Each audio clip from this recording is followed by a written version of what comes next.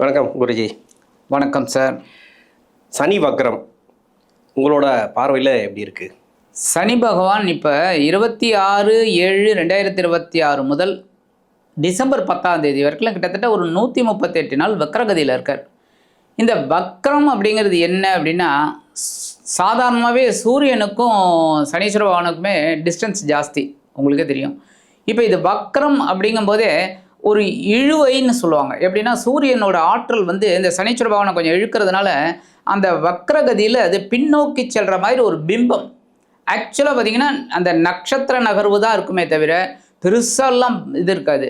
அப்போ நிறைய பேர் வந்து என்ன சொல்லுவாங்கன்னா, பின்னோக்கி செல்வது அப்படிம்பாங்க. பின்னோக்கியெல்லாம் செல்லவே செல்லாது. எப்படின்னா, இந்த வக்ரம் அப்படிங்கிறது பார்த்திங்கன்னா, இப்போ ஒரு ஹைவேஸில் நீங்கள் போயிட்டுருக்கீங்க, ஒரு பஸ் போயின்னு இருக்குது, உங்கள் பஸ்ஸு பின்னாடியே வந்துட்டுருக்கு, ரெண்டும் கிட்டத்தட்ட ஒரு ஈக்குவல் இதில் போயிட்டுருக்கு.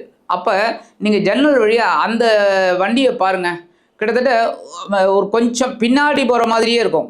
ஆனால் ஆக்சுவலாக பார்த்திங்கன்னா ரெண்டும் நம்ம இதுலேயே தான் வருது. ஆனால் அந்த வண்டி வந்து உங்களுக்கு பின்னால் போயிட்டே இருக்கிற மாதிரி ஒரு பிம்பம் இருக்கும். ஆனால் ஆக்சுவலாக அது கிடையாது. அந்த மாதிரி இந்த வக்ரம் அப்படிங்கிறது அந்த ஒரு கிரகத்தோட ஒரு வேலையை செய்ய விடாமல் இருக்கக்கூடிய ஒரு அமைப்பு.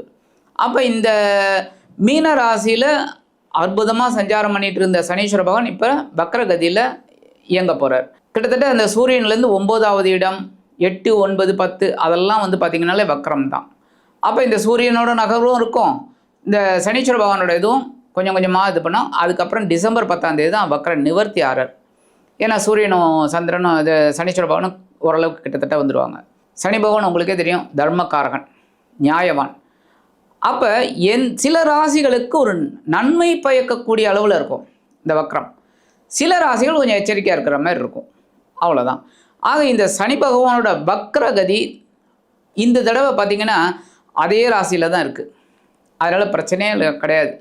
உத்திரட்டாதி நட்சத்திரத்திலே தான் அவர் வக்ரகதி அடையிறார்.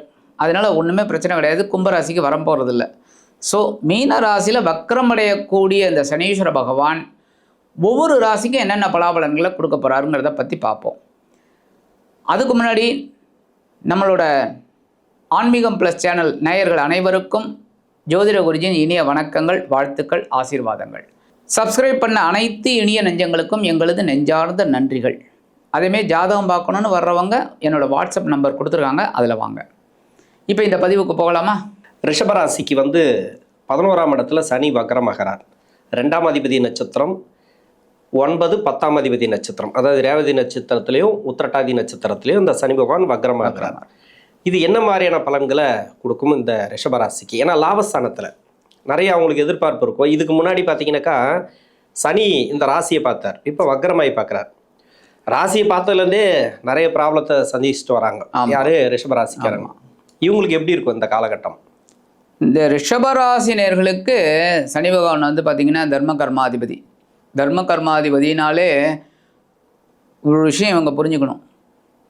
தர்மம் எவ்வளவுக்கு எவ்வளோ அவங்க நினைக்கிறாங்களோ கர்மம் கரெக்டாக குறையும். அதுதான் பெரிய பாக்கியம் இவங்களுக்கு. ஏன்னா நிறைய பேருக்கு வந்து கர்மாதிபதி மாறும். ஒருத்தருக்கு தர்மாதிபதி ஒருத்தர் இருப்பார், கர்மாதிபதி ஒருத்தர் இருப்பார். ஆனால் ரிஷப ராசி ரிஷப லக்னத்துக்கு மட்டும் பார்த்திங்கன்னா தர்ம கர்மாதிபதி ஒரே ஆள் தான். யாருன்னா முக்கியமாக சனீஸ்வர பகவான் தான். அப்போ இவங்க எப்போவுமே நல்லதே நினைத்தால் நல்லதே நடக்கும். இதுதான் ஃபஸ்ட்டு பாயிண்ட். இப்போ இந்த வக்ரம் அப்படிங்கும்போதே லாபஸ்தானத்தில் வக்ரம் அடைகிறார். ஆனால் பார்வை பார்த்திங்கன்னா ரிஷபராசிலே தான் விழருது. 3ஆம் பார்வை ரிஷபராசிலே தான் விழருது. அதில் மாற்றமே இல்லை. என்ன வக்ரமானாலும் அந்த பார்வை மாறாது. அப்போ அந்த ரிஷபராசியில் விழக்கூடிய பார்வை அப்படியே இருக்குது. ஆனால் லாபஸ்தானத்தில் இருக்கக்கூடிய சனீஸ்வரன் வக்ரகதி அடைகிறார். ஏற்கனவே லாபம் வந்து என்னமோ சொல்லுவாங்க, ரொம்ப பிச்சுக்கிட்டு போகுது, இதில் வேற வக்ரமா அப்படிங்கிற மாதிரி. இப்போ என்னென்னா இவங்க ரொம்ப கேர்ஃபுல்லாக ஒர்க் பண்ணணும். இன்னும் தொழில், வேலை, ஆமாம், தொழில், வியாபாரம், வேலை எல்லாத்துலேயுமே அவங்க வந்து கான்சன்ட்ரேஷன் கண்டிப்பாக வைக்கணும். 2வது இந்த ஒர்க்கை கரெக்டாக பண்ணினாலே இவங்களுக்கு வெற்றி. எப்படி அப்படின்னா இவங்களோட வேலை என்ன அதை மட்டும் கரெக்டாக பார்த்துட்டாங்கன்னா போகிறோம். ஏன்னா சில பேருக்கு இந்த ரிஷபராசியை சேர்ந்த சில பேருக்கு எப்படின்னா, இந்த நம்ம செய்கிற வேலையை விட அவன் எவ்வளோ வேலை செய்கிறான் அதுக்கு மேலே தான் நம்ம செய்யணும்னு நினைப்பாங்க. அது கூடாது. உங்களுக்கு என்ன வேலை கொடுத்துருக்காங்க அந்த வேலையை நல்லபடியாக செய். அடுத்தவனை பார்க்கவே பார்க்காது. அவன் என்ன வேணாலும் வேலை செஞ்சுட்டு போட்டோம், அவன் என்ன வேணாலும் சம்பாதிச்சுட்டு போட்டோம், அதை பார்க்காதீங்க. நீங்கள் கரெக்டாக இருங்க, அப்போ உங்களுக்கு எல்லாமே நல்லபடியாக நடக்கும். ஆனால் இந்த காலகட்டத்தில் இந்த வக்ரகதியில் இருக்கக்கூடிய சனீஸ்வர பகவான் மாற்றத்தை கொடுப்பார். என்னன்னா இந்த மாற்றத்தை நம்ம மாற்றமாக எடுத்துக்கணும், இல்லைன்னா ஏமாற்றம் ஆகிடும். அதனால தான் இவங்க கவனமாக இருக்கணும் உத்தியோகத்தில். அவங்களோட பொறுப்புகளை தட்டி கழிக்கக்கூடாது. ஏன்னா லேசினஸ் வரும். இன்றைக்கி வேண்டாம் நாளைக்கு பார்க்கலாம், நாளைக்கு வேண்டாம் நாளைக்கு பார்க்கலாம், அடுத்த வாரம் பார்க்கலாம் அப்படிங்கிற மாதிரிலாம் வரும். ஆனால் அவங்க அதை இடம் கொடுக்கக்கூடாது. ஏன்னா ஜென்மராசியை பார்க்குறாரு. அப்போ லேசினஸ் வரும். லேசினஸ் வரும்போது பிரச்சனை. ஸோ கவனமாக இருக்கணும் உத்தியோகத்தில். சரி, தொழில் அது அதுக்கு மேலேங்க. ஏன்னா பிஸ்னஸ் அப்படின்னாலே பிஸியாக இருக்கணும். அவன் பிஸியாக இருந்தால் தான் பிஸ்னஸ் பண்ணுறதுக்கு லாய்க்கு. பிஸ்னஸ்மேன் அப்போ அவன் பிஸியாக இருக்கணும். அப்போ இருந்தால் தான் அந்த இது பிஸ்னஸ்க்கு உண்டான வேலை கிடைக்கும். இல்லை அப்படின்னா லேசினஸ் எடுத்துட்டால் பிஸ்னஸ் எப்படி ஒர்க் அவுட் ஆகும்? ஸோ உத்தியோகத்தில் இருக்கிறவனை விட இந்த பிஸ்னஸில் இருக்கிறவன் கான்சன்ட்ரேஷன் கவனமாக கொண்டு வரணும். அப்போ தான் இவங்களுக்கு இந்த பிஸ்னஸில் ஒரு ஏமாற்றம் இல்லாத ஒரு அமைப்பு அவங்களுக்கு கிடைக்கும். அதான் லாபத்தை கிடைக்கும். அந்த லாபஸ்தானத்தில் வக்கரம் அடைஞ்சால் கூட அந்த லாபம் கிடைக்கும். ஓகே. இப்போ 2ஆம் அதிபதியோட நட்சத்திரத்தில் வக்கரமாகும்போது பொருளாதார ரீதியாக அதனால் சிக்கல் வருமா? கண்டிப்பாங்க. அதைத்தான் நான் சொல்லலாம்னு இருந்தேன். சரி, நீங்கள் கேட்பீங்கன்னு. ஏன்னா 2-5 கூடையவன் இதில் தான் வராரு நட்சத்திர சஞ்சாரம். அப்போ பொருளாதாரம் பாதிக்கப்படக்கூடும், குழந்தைகளோட இதுவும் உடல் ஆரோக்கியமும் பாதிக்கப்படக்கூடும். அப்போ கவனமாக இருக்கணும். குழந்தைகளையும் நம்ம மேற்பார்வையில் கொண்டு வந்துக்கணும். சப்போஸ் அந்த ஒரு குழந்தைகளுக்கு வேண்டிய ஏற்பாடெல்லாம் இவங்க கரெக்டாக செஞ்சு கொடுக்கணும். அதாவது படிக்கிற குழந்தைகள்னா, காலேஜ் படிக்கிற குழந்தைகள், அப்போ ஏன்னா ஒவ்வொன்றும் இருக்குது. அப்புறம் கல்யாணத்துக்கு, உத்தியோகத்துக்கு, எல்லாத்துக்கும் இவங்களுக்கு அந்த குழந்தைகளை இவங்க மேற்பார்வையில் கொண்டு வரணும். இதில் ஒரு பெரிய இது என்னென்னா ஆன்மீக பயணம் இவங்களுக்கு கிடைக்கும். இந்த புனித பயணம் அதை இவங்களை எடுத்துக்கிட்டாங்கனாலே ஓரளவுக்கு நன்மைகள் உண்டாகும். ஏன்னா 2வது இடம் பாதிக்கப்படுறதுங்கும் போது கண்டிப்பாக பொருளாதாரத்தில் ஒரு சிக்கல் வரத்துக்கு வாய்ப்பு இருக்குது. ஏன்னா கடன் சுமை அதிகமாகும். ஏன்னா சாதாரணமாகவே இவங்க கடன் இல்லாத ரிஷபராசிக்காரர்கள் கொடுத்து வைத்தவர்கள் தான் நான் சொல்லுவேன் எப்போவுமே.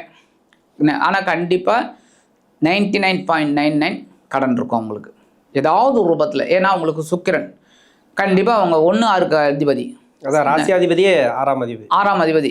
அப்போ கண்டிப்பாக கடன் இல்லாமல் இருக்க மாட்டாங்க. ரிஷபராசி கொஞ்சமாவது கடன் வச்சுட்டு இருப்பாங்க. அந்த கொஞ்சத்தையும் அடைச்சிட்டாங்கன்னா அவங்க தான் கிரேட், சூப்பர். அப்போ இந்த 2-5 கூடிய அதிபதியோட நட்சத்திர சஞ்சாரத்தில் வரும்போது கண்டிப்பாக பொருளாதாரம் பாதிக்கப்படக்கூடும், கடன் சுமை அதிகரிக்கக்கூடும். அப்போ அவங்க இதிலெல்லாம் கொஞ்சம் கவனம் எடுத்துக்கிறது நல்லது. சரி, அதுக்கப்புறம் பார்த்தீங்கன்னா உத்திரட்டாதி, அதே 9-10 கூடிய சனீஸ்வர பகவானோட நட்சத்திர சஞ்சாரம் தான். ஸோ இன்னமும் ரொம்ப கேர்ஃபுல்லாக இருக்கணும். ஸோ இந்த வக்கர காலத்தில் இவங்க எல்லா விஷயத்துலையுமே கொஞ்சம் கவனமாக இருக்கணும். முக்கியமாக உடல் ஆரோக்கியத்தில் கவனமாக இருக்கணும். ஏன்னா என்றைக்குமே சுவர் இருந்தால்தாங்க சித்திரம் எழுத முடியும். சுவரே டேமேஜ் ஆகுதுன்னா அவன் எங்கே படம் வர முடியும்? அந்த மாதிரி உடம்பு ஆரோக்கியத்தை அவங்க கரெக்டாக மெயின்டைன் பண்ணணும். அப்போ அது போகிற இந்த வக்கர பேச்சு அவங்களுக்கு ஓரளவுக்கு நன்மைகளை கொடுக்கும். இப்போ ரிஷபத்துக்கு 7.5 சனி கிடையாது, திருமண பாக்கியம் உண்டா? திருமண பாக்கியம் முயற்சிகளை எடுக்கலாமா? கண்டிப்பாக எடுக்கலாம். ஏன் அப்படின்னா இவங்களுக்கு குரு 3ஆம் இடத்துல இருந்தால் கூட 7, 9, 11 பார்க்குறாரு, 7ஆம் இடத்தை பார்க்குறாரு. ஸோ குருவோட பார்வை பலம் இருக்குது. களத்திரஸ்தானத்தை பார்க்காதனால ஒரு தொடர்புகளை ஏற்படுத்தி கொடுக்கும், ஒரு துணையை ஏற்படுத்தி கொடுக்கறதுக்கு இந்த குரு அனுகூலமாக இருக்கார். ஸோ கண்டிப்பாக அவங்களுக்கு ஒரு திருமண பாக்கியம் கைகூடும் முயற்சி எடுத்தா. ஏன்னா 3ஆம் இடம். ஓகே, நல்லது. ஏன்னா நிறைய பேருக்கு அந்த திருமண பிரச்சனைகள் இருக்குது. ஏன்னா 3ஆம் இடத்துல குரு வந்த பிறகு நிறைய தடை தாமதங்களை கொடுத்துருக்கு. எங்கே போனாலும் ரிஜெக்ட் பண்ணுறாங்களாம், குரு பலம் இல்லை அப்படின்ட்டு. ஏன் 7ஆம் இடத்துக்கு குருவோட பார்வை இருக்குது, குரு பலம் இல்லை. குரு 3ஆம் இடத்துல முயற்சி ஸ்தானத்தில் உச்சமாக இருக்காரு. ஆனால் இது மாதிரி நிறைய ஏதோ ஒரு சாக்கு போக்கு அது மாதிரி. இப்போ வெளிநாட்டில் இருக்கக்கூடியவர்கள் இப்போ முதலீடு எதனா பண்ணலாமா இந்த டைம் யோசிச்சு பண்ணால் நல்லது. ஏன் அப்படின்னா எங்கேயாவது லாக் ஆகிறதுக்கு வாய்ப்பு இருக்குது. ஏன்னா கவனமாக இருக்கணும். நம்ம இன்வெஸ்ட்மெண்ட் அப்படிங்கும்போது கவனமாக இருக்கணும். ஏன்னா இப்போ அந்த ஷேர் மார்க்கெட் அதிலெல்லாம் இன்வெஸ்ட்மெண்ட் பண்ணும்போது கூட ஜாக்கிரதையாக இருக்கணும். அப்படி இருக்கப்போது பிஸ்னஸில் இன்வெஸ்ட்மெண்ட் பண்ணுறாங்க அப்படிங்கும்போது ரொம்ப ரொம்ப கேர் எடுத்துக்கணும். கான்சன்ட்ரேஷன் இருந்தால் தான் அவங்களுக்கு அந்த இன்வெஸ்ட்மெண்ட் ஒரு ப்ராஃபிட்டபிள் இன்வெஸ்ட்மெண்ட்டாக இருக்கும். ஓகே. பரிகாரம் அப்படின்னு பார்த்திங்கன்னா இவங்களுக்கு தர்ம கர்மாதிபதி சனீஸ்வர பகவான். இந்த மாற்றுத்திறனாளின்னு சொல்கிறா பார்த்தீங்களா, அவங்களுக்கு கண்டிப்பாக இவங்க ஹெல்ப் பண்ணணும். ஏதாவது ஒன்று. அதேமாரி அவங்கள அவமானப்படுத்தக்கூடாது. அவங்களுக்கு தேவையானது இவங்க செஞ்சாங்க. தேவையானது என்னென்னா, நம்ம எல்லோரோட வாழ்க்கையும் ஃபுல்ஃபில் பண்ணவே முடியாது யாராலையும். இப்போ உங்களோட லைஃப்பை வந்து நான் ஃபுல்ஃபில் பண்ண முடியாது, என்னோட லைஃப்பை நீங்கள் ஃபுல்ஃபில் பண்ண முடியாது, ஒன்றும் பண்ண முடியாது. ஆனால் ஒரு தேவை அப்படிங்கிறத ஒரு நிறைவேற்றி வைக்கலாமே. அந்த மாதிரி இப்போ ஒரு நீடி பீப்புள், ஒரு முதியோர் இருக்கார், அவங்களுக்கு என்ன தேவை? ஒரு உணவு, ஒரு போர்வை, அந்த மாதிரி ஒரு மழை காலத்தில் ஒரு இது, அந்த மாதிரி ஏதாவது ஒன்று செய்கிறது ரொம்ப விசேஷம். மழை காலம் வரதுனால சொல்கிறேன். என்ன மற்றபடி இப்போ வெயில் தான் கொளுத்தி எடுத்துக்கிட்டு இருக்கு. பட்டு மழை காலத்துக்காக நம்ம முன்னெச்சரிக்கை யாருக்காவது ஹெல்ப் பண்ணுறது ரொம்ப விசேஷம். அதான் முன்னொரு காலத்துல எல்லாம் வந்து பார்த்தீங்கன்னாக்கா ஊனமுற்றோரெல்லாம் ரொம்ப கேவலப்படுத்துவாங்க. ஆமாம் அப்போ ஆமாம். ஆனா இப்போ அது கிடையாது. இன்னொன்று முதியோர்களை மதிக்க மாட்டாங்க. அதான் அப்பா அம்மாவை சரி, வயசானவங்களா இருந்தாலும் சரி, Correct. இல்லை நம்ம தாத்தா பாட்டியா இருந்தாலும் சரி, அவங்களுக்கு கொஞ்சம் எல்லாம் இந்த ராசிக்காரங்களுக்கு சொல்ல பொதுவாக சொல்கிறேன். நீங்கள் சொன்னீங்க இல்லையா, அவங்களுக்கு மரியாதை கொடுக்கணும், அவங்கள வந்து அவமானப்படுத்தக்கூடாதுன்னு சொன்னீங்க இல்லையா, அதுக்காக சொல்கிறேன். ஆமாம். ஏன்னா முன்னாடி வந்து நீங்கள் சொன்ன மாதிரி உடல் ஊனமுற்றோர் தான் இருக்கும். ம் கவர்மெண்ட் கெசட் இதுலேயே வந்து உடல் ஊனமுற்றோர் தான் இருக்கும். அதுக்கப்புறம் தான் மாறித்து மாற்றுத்திறனாளி. அவங்களுக்கு ஒரு திறமை இருக்கு, அதிகபட்சமான திறமை இருக்கு, அது ஒரு பெரிய விஷயம். அப்போ மாற்றுத்திறனாளி அப்படிங்கும்போது ரொம்ப விசேஷம். ஸோ அவங்களுக்கு ஹெல்ப் பண்ணுறது ரொம்ப நல்லது. ஆக இந்த சின்ன பரிகாரம் இவங்க பண்ணாலே, எப்போ பண்ணணும்னாலும் எப்பப்போ முடியுதோ பண்ணுங்க. எதான் சௌகரியம் உங்கள்கிட்ட கையில் காசு இருக்கா அப்போ தான். ஏன்னா கடன் வாங்கி நான் செய்யன்னு சொல்லவே மாட்டேன். ஏன்னா அப்புறம் நம்ம கடன்காரன் ஆகிடும். அதாவது நிறைய பேருக்கு தான தர்மம் பண்ணி பண்ணி அப்புறம் இவன் தான தர்மம் வாங்குற மாதிரி ஆகிடும். ஆமாம்.